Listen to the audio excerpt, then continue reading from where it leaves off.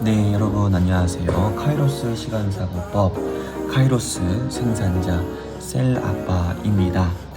이번 영상은 청약에 대한 내용을 1페이지에 정리를 제가 한 내용인데 요새는 청약 하신 분들 많이 계시잖아요.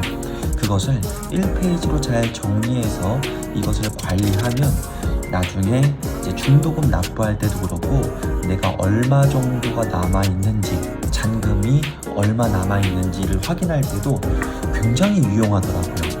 그래서 전 이 청약 1페이지 매뉴얼을 너무 잘 활용하고 있어요. 그리고 제가 이 청약에 대한 내용 1페이지로 정리를 했었던 이유 중에 하나가, 여기 보시면은 대출 상환에 대해서 이것도 정리해둘 필요성을 제가 느꼈다라고 적어놨잖아요. 필요시 대출.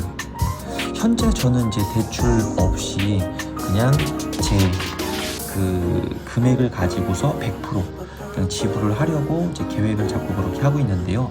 애당초 처음부터 저는 지불을 할 능력이 있어서 갖고 있었고, 그리고 두 번째로는 필요에 의하면 내가 대출을 좀 사용하겠다라는 그런 계획으로 전 접근을 했어요. 근데 많은 분들이 이런 방법이 아니라 그 상황에서 그 당시에는 저금리 대출이니까 이자가 적으니까 그냥 대출을 받아서 대출 레버리지로 해서 이용하는 것이 더 바람직하다고 느끼신 분이 많았을 줄로 제가 압니다. 현재는 그게 아니죠. 금리가 계속해서 오르고 있고, 지금 현재 금리가 몇 프로인지도 모르겠어요. 너무 계속 오르고 있고, 뉴스를 봐도 이런 걸로 인해서 저와 같은 상황에 처하신 분들이 이제 많이 힘들어 하신다는 그런 뉴스도 접한 적이 있거든요. 그래서 청약을 할 때는 제가 잘 아는 건 아니지만 대출 이자에 대한 부분도 고려를 정말 해보셔야 되는 부분이지 않나. 저는 그 필요성을 느껴서, 물론 대출 없이 지불할 수 있는 능력은 됐지만 그래도 대출을 했을 때 그 이자 상환하는 방법에 대해서도 제가 알아야겠다 싶어서 이걸 1페이지로 정리를 했어요. 정리를 해서 앞쪽은 계약서, 그 내용을 제가 체크를 해야 되니까 금액이 얼마인지, 중도금이 얼마인지, 뒤쪽은 이 내용을 제가 대출에 대한 원금 그리고 이자가 있잖아요. 이거를 상환하는 방법, 이것에 대해서도 제가 정리를 해놨어요. 헷갈리더라고요. 보니까 크게 세 가지가 있는데, 하나는 만기 일시 상환이라는 게 있고, 그리고 원리금 균등 상환, 그리고 원금 균등 분할 상환, 크게 세 가지가 있더라고요. 저도 찾아보니까 정리했어요. 정리했고, 그 안에 이제 내용들이 어떤 게 있는 건지도 제가 찾아서 정리를 해놔서, 내가 대출을 갚을 때에는 그래도 이런 개념 정도는 이해를 하고 있자. 이해를 못한다고 하면 적어도 내가 매뉴얼로 1페이지로 만들어서 언제고 필요할 때마다 이것을 다시 리마인드 하자. 그래서 제가 지금도 말씀드릴 수 있는 거예요. 저 이거 기억 못 하거든요. 만기일시 상환이 뭔지, 원리금 균등 상환이 원리금 균등 분할 상환이죠. 그리고 원금 균등 분할 상환, 이게 뭔지 지금 설명하라고 하면 제가 이 매뉴얼 보고 설명드려야 돼요. 근데 설명을 드릴 수는 있겠죠. 매뉴얼이 있으니까. 근데 머릿속에 집어넣고 있지는 않아요. 이 내용을 다 기억하지 못합니다. 그래서 1페이지로 매뉴얼로 만드시라는 거예요. 여러분도 저와 같다면, 머리가 너무 좋아서 바로바로 한 번 본 건 다 기억하시고 이런 분들이라고 하면은 1페이지 정리할 필요 없죠. 근데 저와 같은 분들이라면, 평범하신 분들이라면 이렇게 하실 필요가 있다고 생각을 합니다. 그리고 제가 1페이지로 이 청약에 대한 내용을 정리를 했었던 이유가, 중도금, 그러니까 지급 날짜나 금액, 그리고 남은 잔액을 제가 필요할 때마다 실시간으로 확인할 수 있어요. 이걸 제가 다이어리에 정리를 안 해놨다면, 가령 외부에 있을 때 제가 이걸 확인을 해야 돼요. 갑자기 없잖아요, 그런 내용이. 그러면 집에 가서 그 계약서 내용을 확인해야지만 알 수 있단 말이에요. 얼마나 불편합니까? 간단하게 이걸 1페이지로 정리해두면 언제 어디서나 내가 가는 어디에서든 확인할 수가 있는데, 디지털로 정리하는 그 내용도 제가 만들 거거든요. 목차에 있어요. 이것도 제가 말씀드리겠지만, 이거 이전에 아날로그로 저처럼 이렇게 여기 보시면은 청약 있죠? 여기에다가 지금 제가 정리해 놓은 거예요. 청약 부분에다가 정리를 했는데, 이렇게 저처럼 정리해 두시면은 정말 편합니다. 네, 한번 해보시면 좋을 것 같아요. 그리고 입금 계좌번호, 이것도 확인이 필요하다고 제가 느낀 게 뭐냐면요, 처음 제가 그 분양 사무소라고 하잖아요. 거기를 갔을 때 이렇게 뭐 현수막처럼 뭔가를 만들어 놨어요. 그게 뭐냐면, 요새도 그렇지만 그 당시에도 뭐 스팸 또는 사기 문자 같은 거, 그게 많이 있었나 봐요. 그 당시에도. 그래서 사기 문자를 보내서 지금 계좌번호 여기로 해서 얼마를 입금을 하시면 됩니다, 이렇게 사기성 문자가 보내진 거예요.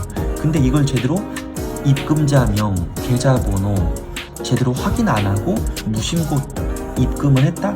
그거 찾을 길이 없잖아요. 뭐 법적으로 뭐 어떤 절차가 있다? 그거 어떻게 찾습니까? 돈 빼가면 그걸 어떻게 찾냐고요. 그래서 이 입금할 때 저는 입금자명, 계좌번호, 이걸 계약서에 있는 내용과 그리고 문자로 오거든요. 이 지급 날짜, 제가 결제를 해야 되는 그 날짜에 맞춰서 문자가 미리 온단 말이에요. 근데 전 그 문자를 믿지를 않아요. 누가 잘못 보낼 수도 있는 거고, 누가 이 사기 문자를 보낼 수도 있는 거기 때문에 저는 반드시 계약서에 있는 계좌번호를 보내기 전에 2번, 3번, 4번 확인하고, 제가 보낼 때도 내가 정확히 입력을 했는지, 입금자명이 맞는지 3번, 4번 정도 확인을 하고서 보내요. 왜냐면 저는 의심이 되게 많아서 이런 걸 안 믿어요, 한 번에. 그래서 이런 사기를 당하지 않을 수 있었던 것도 있어요. 좀 물론 피곤할 수는 있겠지만, 그런 제 성향을 반영한 게 바로 이 청약 1페이지 정리한 매뉴얼입니다. 그래서 제가 어떻게 했냐면요, 첫 번째로는요, 계약서를 축소해서 복사했어요. 축소했었어요. 왜냐면 그건 A4 정도 그 이상이 되는 사이즈였어요. 더 컸었던 걸로 제가 기억을 하거든요. 더 컸었고, 근데 제 다이어리에다가 끼워 넣어야 되잖아요, 속지를. 이 정도 사이즈인데 그걸 넣기 위해서 이 다이어리 사이즈에 맞게 축소해가지고 출력해서 그것을 철해 두었습니다. 두 번째는 제가 중도금 납부한 내용을 실시간으로 기록을 했어요. 거기에다가 기록을 해서 형광펜으로 표시를 해서, 지금도 제가 보면은 이제 남은 잔액이 얼마인지 바로바로 확인할 수가 있거든요. 이걸 머릿속에다 집어넣을 수는 없더라고요. 그래서 이거를 제가 달력에도 이제 지급해야 되는 날짜랑 그리고 금액까지 해서 이걸 다 다이어리에 또 적어놨어요. 그러면은 저는 1페이지 매뉴얼이 있죠. 잘 정리된 청약 매뉴얼이 있죠. 이것만 보면 바로 알 수가 있죠. 그리고 제가 매일 보는 달력, 제가 유일하게 메인으로 사용하는 게 이 달력이라고 말씀드렸잖아요. 이 달력 양식에다가 이 내용을 집어 넣은 거죠, 한 번 더. 그래서 그 달이 되면은 지급액이 얼마고 내가 그럼 얼마를 준비해야 된다라는 걸 달마다 확인할 수가 있는 거예요. 물론 매달 지급하는 건 아니에요. 몇 개월에 한 번씩인 건데, 이제 그 달이 되면은 저는 미리 알 수가 있는 거죠. 이거를 제가 1년 내용 전체를 미리 기재를 해놨거든요. 잊지 않으려고. 이거 잊으면 안 되거든요. 연체되면 연체 이자까지 있다고 나와 있더라고요. 그래서 단 한 번도 뭐 실수로라도 제가 이걸 미룬 적도 없고, 잘못 결제 입금한 적도 없고, 그렇습니다. 되게 큰 금액이 왔다 갔다 하는데요, 정말로 제가 예전에도 제 계약을 매일같이 하는 그런 영업 업무를 하다 보니까 그때 제가 느낀 게 뭔지 아세요? 많은 사람들이, 정말로 많은 사람들이 몇 천만 원, 심지어는 억 단위가 왔다 갔다 하는 그런 계약금을 보내고 말고 하는데도요, 이걸 제대로 확인 안 해요. 입금자명, 계좌번호를 2번, 3번 확인을 잘 안 하더라고요.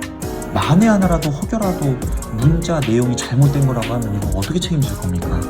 이거 어떻게 되돌려 받냐고요.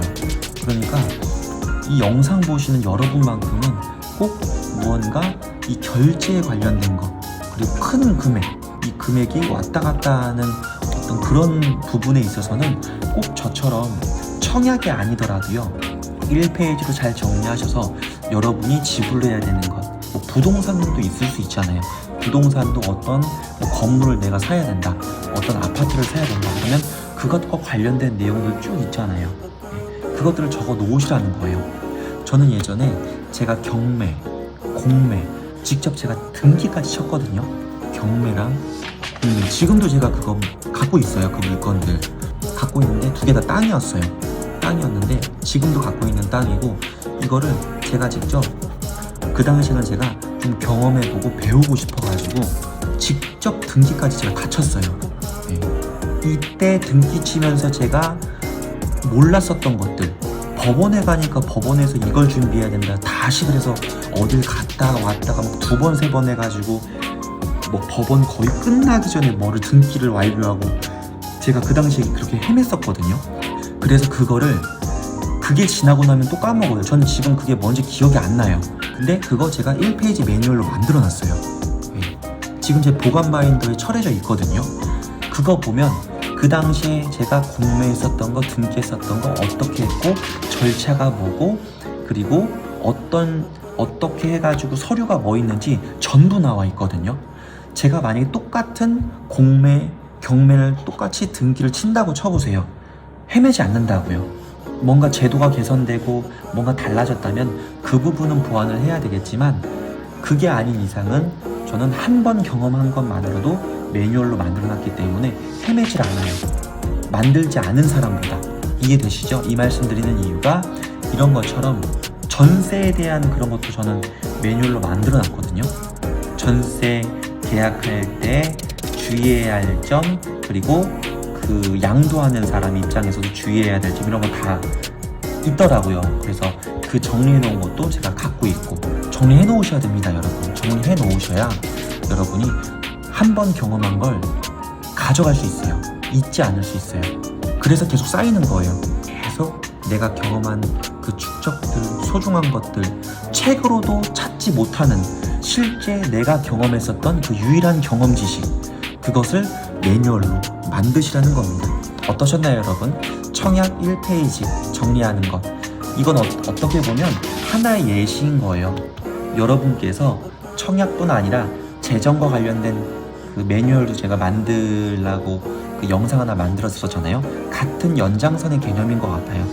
뭐 경매, 공매 이런 것까지 제가 영상으로 만들지는 않을 것 같지만, 그래도 이런 것처럼 여러분도 1페이지로 잘 정리하셔서 여러분의 매뉴얼을 차곡차곡 경험 지식 매뉴얼을 쌓아 가셨으면 좋겠습니다.